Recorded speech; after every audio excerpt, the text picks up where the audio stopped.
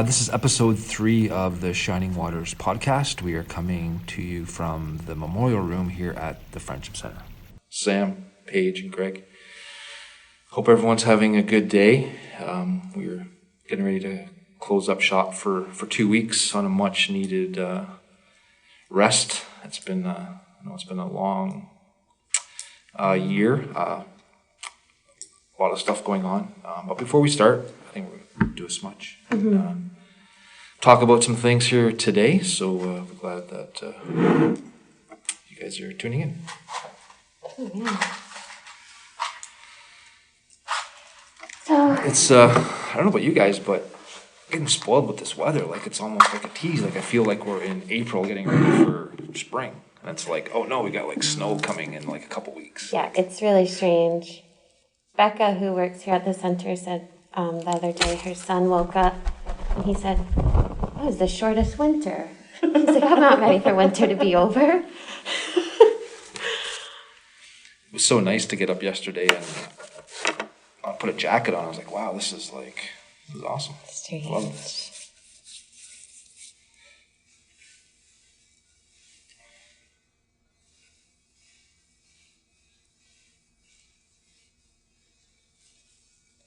Oh, feels good. It's been a crazy week. So it's nice to smudge and bring in a good color.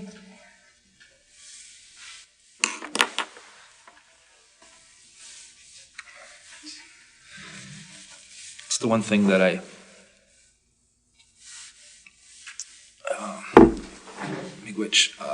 for those that don't know, I do the Kije I'm a Kind Man program here, and every week, after we do the smudge, it's like my favorite part of the group, and I just feel like ready to start. Like, it's just feels good. Yeah, it's a good way to start. Like, I normally start my day with it, with the morning, but it's good to start, before a circle or before something like this, and just set those intentions and bring in that goodness. I find even too, like, when I'm at home in the morning, I have to have a shower first. Like, once I have a shower and then I smudge and then I feel like clean. Yeah. I don't know. It's weird. Yeah. If I do it, obviously sometimes I do it when I don't have a shower, but I feel better after I have a shower. Yeah. Not that means anything, but. I think it's part of the routine that you have every day. It's part of the stuff that we have at the center, different times. Like my family, we typically smudge before bedtime. Before the kids are going to go to bed, they like to have that, Dad or myself will do the whole bedroom area and, everything. And, to be honest, we smudge our TV and our electronics as well, because you never know when they're going to act up. So I think it's funny, like my little kids have smudged, and my favorite piece when they're learning to smudge, getting the feather and getting the bowl and just doing stuff, is they squat down. I think it might have been Emily. She squats down and she smudges her Minion doll, her Minion toy. So she smudges the whole thing, and it's cute. That's so sweet. Like, that is thing. Clearing the air, clearing things to make way for the good thoughts and the good conversations and stuff. I think that's really important. So it's just part of the routine that we do. And I have to say, I go to meetings with non-Indigenous organizations or non-Indigenous people, and they have an agenda, and it's all very like, we're going to start with this. I mean, now they do the land acknowledgement, but it's still not the same as actually having, either an opening prayer or that opening smudge, where we're setting the intention. We're coming together for a specific reason. We have an agenda, but we're here for whatever it is. Most of the time, I go to attend meetings so that I'm helping to improve the lives of Indigenous people who live in the city of Barrie. So that's mostly what I think about when I go to these meetings. But when you go to them and they don't have a smudge, I find it very strange. Yeah. Like, I feel like, when do we start? They write it down, they take minutes and stuff like that, but it's different. This adds a really different element to the work we do. And honestly, I have to say I've taken it for granted a few times, just because of the way we do things. Going somewhere else and not having the same process, it's feels a little bit discombobulating, thinking about how you set your intentions at the beginning of the meeting or at the beginning of the day, and then you go from there. But having that is... It's strange, yeah. It's funny you mention that. kind of similar. I remember when I was doing in school with FNTI, and we would open up each class with like a smudge, and we'd do like a check-in, and we did that for the 2 years that I did the program. And then when I went back into mainstream, it was really weird because, you know, we met on Zoom, and then it was just like nobody introduced themselves. Like it was really different, just going from one spectrum where we kind of had an idea of who people were and what they were doing to like it was just faces. And I almost felt like I forgot to like check in. Like it was really weird. But that's the one thing I really like about the culture is that, you know, we get to do that sort of thing, and everyone gets to contribute. Yeah, and it's about like the whole collective and not just individuals, right? Yeah. So I find like in Western settings, like things like that, like meetings in classrooms where they don't do a circle or a check-in, it's like depersonalizes it, I find. And then with students, you're just like a number sitting in the classroom, and this helps it helps me like focus on what we're doing now, you know, like brings me to the present moment.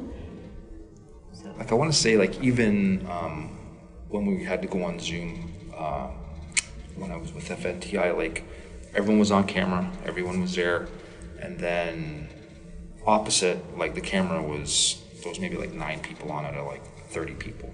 So it was very, I don't know, it was very different. It was very different. Well, I think even when we went on Zoom for our meetings, our staff meetings, everybody was on camera, and you know, at the very beginning of COVID, when we first went into lockdown, I would always have my smudge at meetings or at our staff meetings, and I usually use sweetgrass for myself because of what it represents to me. And you know, and then smudging everybody on smudging the camera so people could, you know, even though you're not there, even the act of having it in my space, providing it for you know, for me, for the meeting, for whatever it is that we're doing, like that also has something. And then, you know, other people would sometimes just let a smudge in their own space, and I think that was really good. And I think that's important to note that we're here, we're on camera, you know, when we were on our Zoom meetings and we were doing that. But then, you know, I go on Zoom meetings and my camera's off. Everybody's camera's off, unless you're the speaker. And I find that, even then I'm not paying attention. And I'm like, this is, I don't know, it's changed the way we do things, but there's certain elements that I think I really miss for the in-person kind of thing. Yeah, for sure. That's the one thing that I've been having a hard time with Zoom, is that at the beginning it was like really great. Like I think it served a purpose. It was kind of nice, but at the same time, kind of like what you said, Sam, is like you just kind of, you don't really pay attention. Like I feel sometimes even like my mind's elsewhere. It's like, oh my God, like we got to do like another Zoom meeting. Like it's just frustrating. But I know from a personal perspective, like when we did the Kijé program online, it was successful, and I was really surprised because I didn't know how we were going to move forward. And then once we got back into in-person, I couldn't imagine going back to Zoom. Like it's, and it was difficult because, you know, you're used to being on the camera, and then you're like seeing people's expressions, and so I think it forces you to adapt more to like, you almost have to have like those personal relation skills. And it changes the way we communicate. Especially when people are off camera on Zoom, it's harder to communicate because, you don't see those expressions or the body language or anything like that. So. Yeah. Well, I know. Whenever I'm talking on Zoom, I'm looking for people, and if I see people nod, I'm like, okay, so I'm on the right track. Yeah. But if there's nobody looking at you, like it's like you're talking to an empty room. Yeah. Yeah, I know. Yeah. That's kind of a strange thing. It is. I like how we just went into talking about smudging and what it means for our meetings and stuff, because we do have a sort of an agenda of what we wanted to talk a little bit about today, and then we just jumped right into continuing the topic. I know. Which I kind of like though, because I think it's I don't know, provides some interesting things, but it's also like right now it's December, and the weather, like we were talking about earlier, it's 15 degrees outside. Like I've only worn a vest today. I mean, I wear a hoodie, but I've only I feel really strange about I the know. weather. Like I had to take my jacket off walking to work yesterday. It was so strange. And even last weekend when it was really windy and mild, I went for a walk in the evening and it felt like Halloween because it was so windy and just that crisp air. But then there were Christmas lights everywhere. This is so bizarre. Like, what time of year is it? I'm sure you can find some Jack skeleton. Nightmare Before Halloween. Oh, yeah. We have one on our street, so kids like that. They like that and Baby Yoda. Those are their favorites for Christmas light decorations. But I think we wanted to talk a little bit about what we did this week at the Friendship Center, Yes. because just getting back to what we do at the center and how we do things. This last week we did a lot of community events. And so we mostly don't have regular programming during the last week before we shut down for 2 weeks. And so this week we did a whole bunch of stuff. So myself, being the ED, I don't participate in a lot of these community events in the preparation work and in actually doing the work. So I'm not going to take up much time talking about it to give Greg and Paige a chance to talk about their experiences working at the center. But I will say that, we provide services to individuals one-on-one. We do group programming, and then we do large community events. Mm-hmm. So we're always very busy. Even if it's a regular programming week, we're still anticipating what is the next big event that we're working on. So now that we're finished with December's events, we will start thinking about, hopefully we'll be able to have some socials in 2022, and that's one of the things that I'm really looking forward to. So hopefully that's going to work out for all of us. But you want to talk about what we did this week? I say we as in the royal. Yeah, I mean, we started with, so we did a few different things this week. We did our winter solstice, which we started planning probably almost 2 months ago now.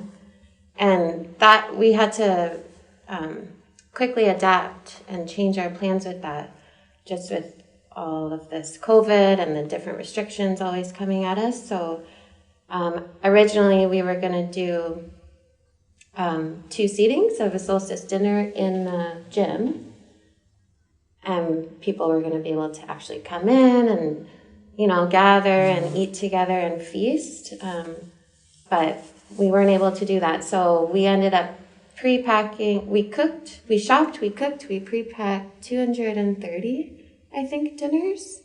So we made some ham, mashed potatoes, veggies. Greg went out and got fresh buns from Fox's, and then a little dessert. So yeah, it was really cool to see like the whole team come together and just be in the gym and really tackle that. And it was nice even to people from Justice came, like Shelley from our Justice Department, who doesn't normally get to come to the building anymore, and Kyla, and even just like standing around and peeling potatoes with them, it's like, oh, this is nice. Like, we don't normally get to actually be with each other. So yeah, that was busy, and then we gave them out to mostly families, like clients and their families, and then Arlene, our wellness worker, was able to take a bunch downtown to her people down there, and yeah, we got good feedback. And then we had the storytelling that same night. So this was Wednesday night, our solstice storytelling, and Chris Walser and Monique Diabo were storytellers. So that had to be over Zoom. Originally, they were going to come to the center in the gym and like kind of tell stories as people were eating. But yeah, we had to tweak that. It was great. Yeah, I agree. Really well. I think it was awesome. Yeah. One thing that really stood out for me was like how organized everything was. I was just trying to find a spot where I could kind of like just fit in and do something. So I was like I think I was packing the dinners into the bags, so like I was doing that and putting like the forks and stuff like that in. And, yeah, I was on lid duty. Yeah, you were doing really good. You were rocking it. It was like, it was never empty. I could say that. It was always fully stocked when I was ready to pick it up. But good job for sure. Right. Oh, thank you. yeah, so that was one thing that we did for the community. And then our Hunger to Hope pantry filled up over the past 4 months, I'd say. Since the fall, we had put a call out on Facebook. So we have a Hunger to Hope program, and it's not funded, so it runs solely like off community members, right? Like just donations. And it was amazing how many donations we got in the past few months. But because we're shut down for the next 2 weeks, we wanted to make sure that food got out. So that was another all hands on deck day, and I was impressed that we actually packed all that food. There were moments I was skeptical. I'm like, That was a lot of food. so much food, yeah. I can remember It was when awesome. I first started at the center, I was down in the back office, and Hunger to Hope was there, and there was some food there. But I hadn't been back there in a long time, and then when I went back there, I guess it was on Tuesday or Wednesday, it was like, wow, this is like a lot of food here. Yeah, it's amazing the response that we got for that. Yeah. Yeah, because we get both non-perishable food items as well as cash donations. So that's really, really helpful. Like, I will say that we, when people ask, what kind of requests do we ask for, I always say, for the non-perishable items, we look for things to support our people who are either experiencing homelessness or don't have a place to cook, like they don't have a kitchen. And that's also something that I never would have thought about before I started getting to know a lot more people who are experiencing homelessness or having precarious living situations, is that the pull tab can, so that there's kind of like heat and ready to go, right? Instead of needing a pot and needing some stuff to cook, all of these things. And I think that's, so when people ask me like, well, what do you need? I say, well, these are the kinds of things that we don't get as much of, and then a lot of people really want to support families. So they buy like healthy cereals or things of that nature. And it's really like, honestly, I could say that there's no profile for people who need food. It's not like we have a little checklist and we can say, well, we need all of, these things and this is what will help. It's, people's desire for food and what they want to eat or what they like to eat or what they can eat. Some people have allergies and other things. So that also has surprised me working with the Hunger to Hope program for the last several years, is we really don't know. And then like things like fresh milk or whatever milk you use for your cereal, almond milk or cow's milk, those don't come with this stuff. So we use a lot of our donations to purchase grocery cards so that people can pick up the milk that they need for their cereal, rather than here's a box of cereal, good luck finding milk. Yeah.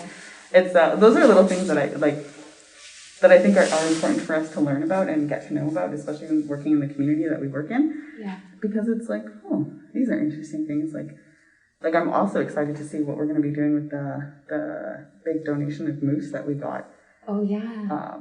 That's going to be exciting. We've had a few things that we've tried already with programming, so that's exciting. I think Becca made she made a shepherd's pie. Yeah. So that's pretty cool. It's like these things are interesting and fun to do. So yeah, it must have turned out well because there were no leftovers. Yeah. That's how you know if things were good. Yeah. There's no leftovers. That's something I had never really thought about, the pull tab either. Me neither. And, yeah. I didn't think of that. And it's like genius. Yeah. Yeah. Yeah, I know for myself, we had a drum making workshop a couple weeks ago for the program, and we did the drums. And we had a gentleman, Troy, from Amoy, come in last night and did the birthing ceremony, and it was really interesting to see the guys in the group. One thing that stood out was the tobacco tie that they put on the back of their drum, and Troy was telling them like to put some mental thought into your tobacco, like when you do this. And I was just kind of observing the group and could sense that the guys were really putting like a lot of thought into it. Like they really were, in tune with what Troy was saying, and I could sense that they all took a lot of pride in making their drums. I know the week that we did them, like each and every one was like helping each other. It was a great experience, and I hope to do it again. There was a few guys that couldn't make it, but as we move forward, I would definitely like to do it again. And Troy was so great. He was very very approachable, very knowledgeable, and couldn't ask for a better evening. It was good. Yeah. That's awesome. Yeah. Troy is very approachable. Yeah, super easy to talk to.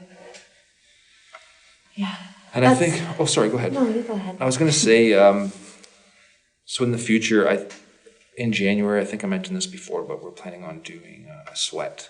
And before I went and officially made arrangements with the gentleman doing the sweat, I wanted to make sure we had enough guys. So I had some feedback last night, so we do have enough to move forward. So that's something I'm looking. Originally, I was thinking around the 9th, but now I might have to push it back to the 23rd. But it's something that'll be interesting and fun for the group as well. Nice. So that will be specifically like a quiche? That's correct. Yes. Yeah. Yes. Yeah. And it's kind of, it's almost, it kind of springboards into something like, maybe we could do like some rattles, or maybe we could do like different things. I'm not really sure like how to make them myself, but that's something that, just more engagement. I think it went, just went really well. Yeah, that's what I was going to say. Like, that's such a good example of how, like, making things and art and, like, making the drums, like, just creates, like, community and these connections with other people. Whereas, like, it's so nice that you're able to do that in person, because I bet last year you wouldn't have been able to, right? And it probably wouldn't have had the same, like, impact on the men if they had to do it remotely or something like that. I was watching a documentary last week, and I didn't know, I guess there's no word for art in Ojibwe.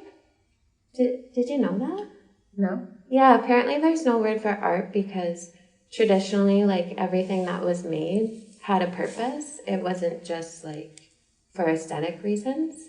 So I thought that was, I don't know, that's something I've been thinking about. That's really cool. So, like, the drums and rattles and things like that, they all have a purpose, right? It's not just like specifically for looking at. That's kind of a funny, just a concept. Art, it's not just something for looking at. Yeah. But everything, like everything we did have, everything we did make was with a purpose. Like there was, you know, I mean, I'm looking forward. I'm listening tonight to somebody telling stories about the pictographs. I'm fascinated by those, like the pictographs and the petroglyphs, like, you know, all of these, there's painting on rocks that our people did a long, long time ago, and there's different interpretations of what they mean. I visited them near Peterborough. I think is it Curve Lake?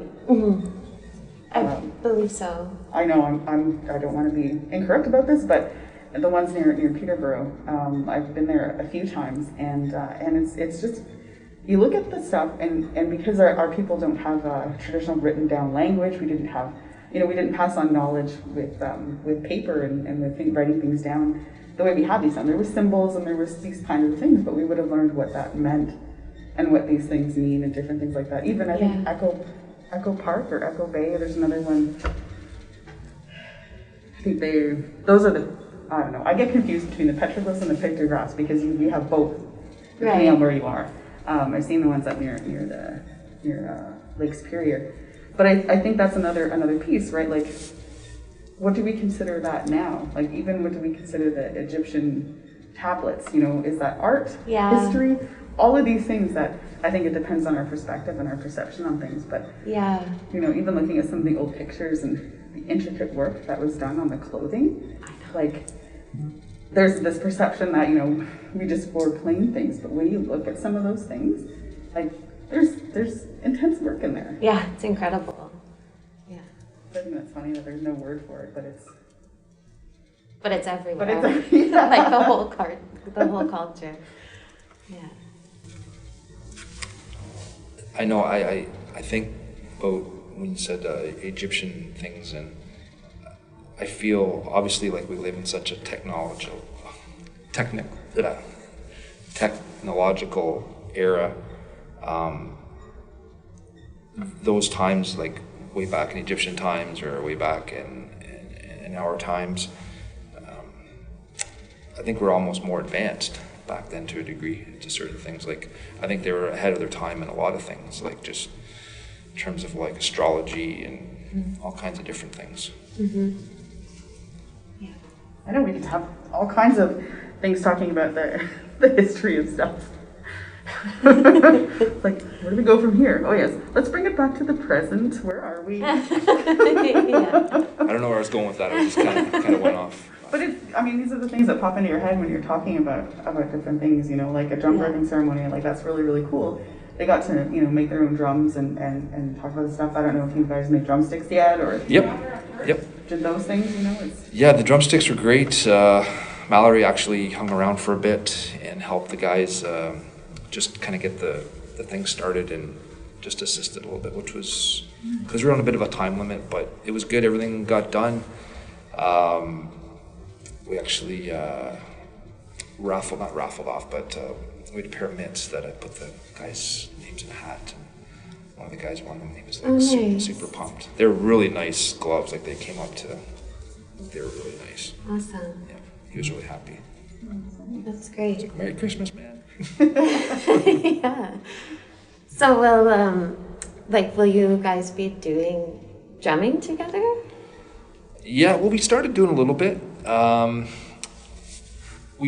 brought the grandfather drum out, and I brought Jared in for a couple times. We were just kind of getting used to it. But even last night, the guys were using their drums a little bit. Like Troy was just doing like a little song. But that's something I would like to do more of. Personally, I'm not I don't know. Lost it there. Sorry. Well, let me just jump in here. Yeah. And I think, you know, some of the things that we have to remember is that, you know, historically we all had different roles and responsibilities and different gifts, right? So maybe it's not your role to sing all the time with a hand drum or at the big drum. So we have to think about these things, that even though we have a design in the community and as people to be like, oh, I want to make one of those, I want to do one of those. So yes, maybe you are, you know, you can make them, but, you know, are you going to sing with them? Is it going to be something that becomes a part of, you know, what you do every day? You know, you never know these things. Like my children they have their own little hand drums, and they don't play them all the time, but every now and then, you know, probably every few weeks or so, usually it's my son. He'll say, Mom, can you give me my drum? And they hang on our walls, and we leave them there so that they're always accessible. Bring it down for him. He'll walk around the house and he'll sing songs and he'll just talk about it, and then that's it. Puts it away. But that's the thing, right? Like we watch YouTube videos all the time of hand drummers and big drum and different things like that. So it's part of what we do, but we're not, I don't know, more out there with it. And I think that's some of the things that we have to think about. Like maybe you're not meant to you know, maybe the drum you make, you're actually going to give it away to somebody else who is going to be somebody who picks it up and sings with it. And so these are things like we don't really know these things until you start to, I think, get more involved and do more things. Like, you know, like I'm sure even sweat lodge is not something for everybody, right? I'm sure going to specific ceremonies isn't something for everybody. I'm sure even smudging is something some people won't want to do. Right. But it's stuff that we do and that we have access to help us with whatever it is that we're doing, I think. Yeah. And you can kind of make it your own, right? Like how you were saying with the drums, and like, you know, maybe some people use it every day, some people, like you, hang it on your wall, pick it up whenever. And that's similar to smudging. I was thinking that earlier when we opened up and we're talking about smudging, like that could look different for different people as well. Like even, you know, getting a glass of water or making yourself a tea before you sit down to have a discussion with someone, or lighting an incense, or you use sweetgrass because it means something to you. You know, like it's different, but it's the same concept when it comes down to it. It's just, you know, yeah. But I think that's it, right? It's trying to figure so many things out, because a lot of people did not grow up connected to cultural aspects or communities. And when you don't have that connection when you're younger, I don't know what it actually means when you're older, like when you're trying to learn, or when you're making your way into let's call it making your way into the circle.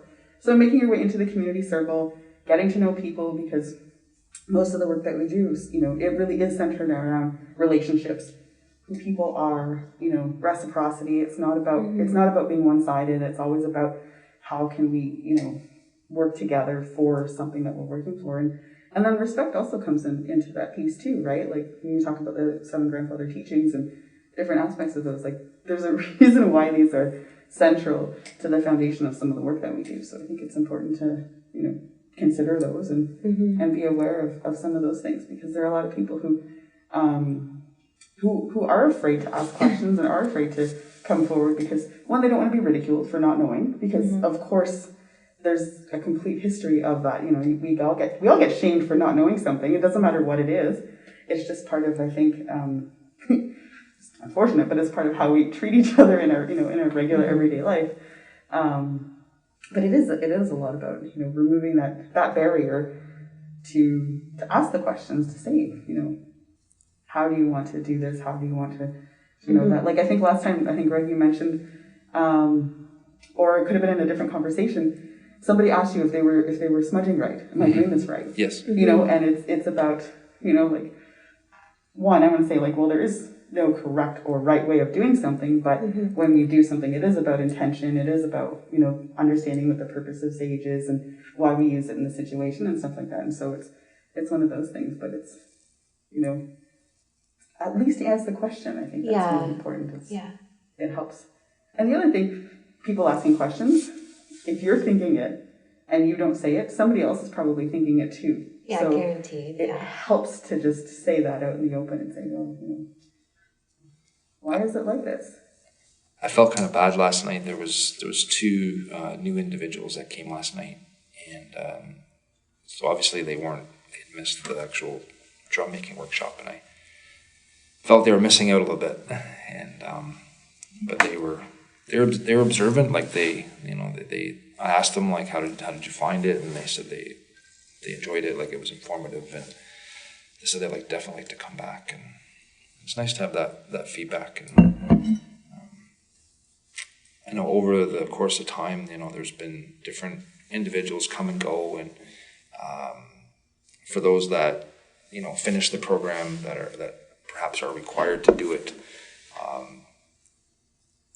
some feedback I get is like, oh yeah, I'm gonna keep coming, and some of them don't, but it's like at the same time,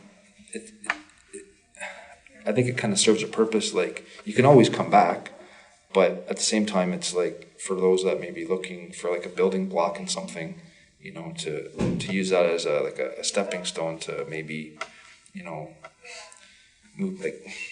move forward in some aspect of their life to draw confidence from. As I always say, like, just commitment to yourself, commitment to the group, just a sense of accomplishment is huge. Because for some like that, it's some have a hard time doing those types of things. Yeah, so a sense of accomplishment, may look different from one person to the next. Yep. Even just making that phone call to connect with you, Yep. Yep. even if they don't go to the group Yep. that week.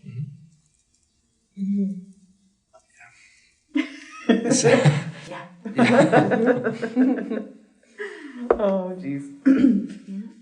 Well, this is a different version of the podcast that we're trying, right? Just the 3 of us chatting, because one of the guests that was supposed to come with us, meet with us today, wasn't able to do that. So we'll be bringing them back in January for a conversation. But I think this is kind of exciting to see different versions of how this can be done too, right? Like, if we don't have our plans don't go as we originally planned them, we still have a way to adapt and figure out how we can move forward with this. Because I think, we're also, right now we're getting ready to shut down for 2 weeks. That just means the building is shut down and most staff get to take some time off. Our justice staff, because court is still in session, the majority of them are still working through the break, but they'll take their time off later. I like to say, oh yeah, I'm going to take time off. I will, but I also have some meetings also happening over the break, because other agencies don't shut down, so they still have time to meet. So it's like, oh, can we squeeze you in here? Like, okay, so Monday at 11:15, I have a conversation. But that's the other thing too is I'm actually happy to do some of that stuff at the Friendship Center, because it's one of these things I've been thinking about. My tenure here, it's over 5 years, and with all the changes that have come and been implemented, and how how we have to start thinking again a little bit about what it's going to look like into the future, because in the last 2 years we've had a slowdown. So it's like not this go crazy, be busy all the time. Somebody needs something, a client needs something, or somebody in the community needs this.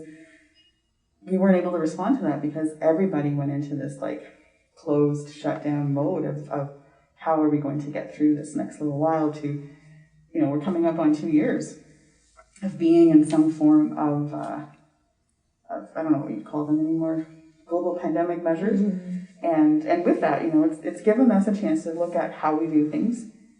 Is there areas we can improve things, or are there areas where, now that we've been through this, we can cut some things out because they weren't actually really serving us before. Now we have to think more.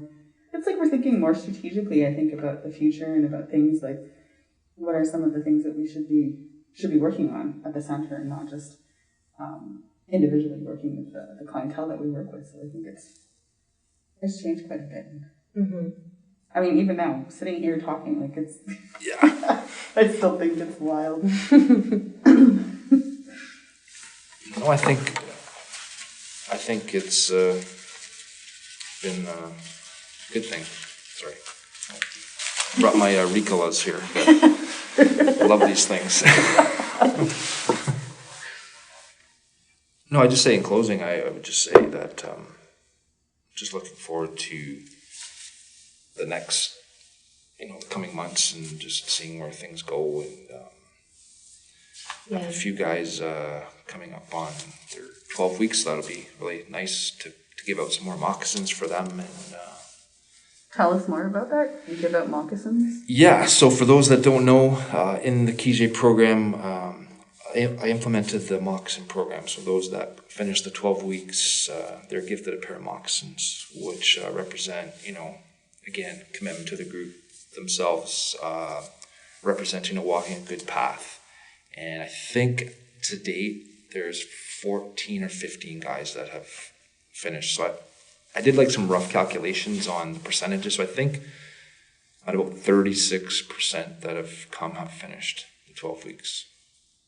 So the engagement is good. And it's not about getting something, like it's not about, but I think at the same time, like they want to get there, right? Like they feel like that they want to get those moccasins. Extra little incentive. Yeah, and I think it ties in well, and it's for sure. It's good. Yeah, I like the symbolism behind that.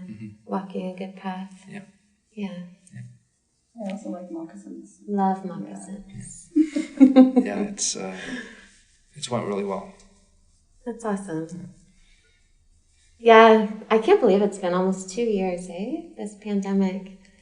But I think people are getting more used to, thinking ahead in the future and having backup plans. Like even we were talking about, it could be possible in the new year that we may be recording online, right? Or a podcast episode. So even that, like, it's changed the way we plan, because I never really considered that before, and now it's like a very real possibility. I don't even know how we would do that.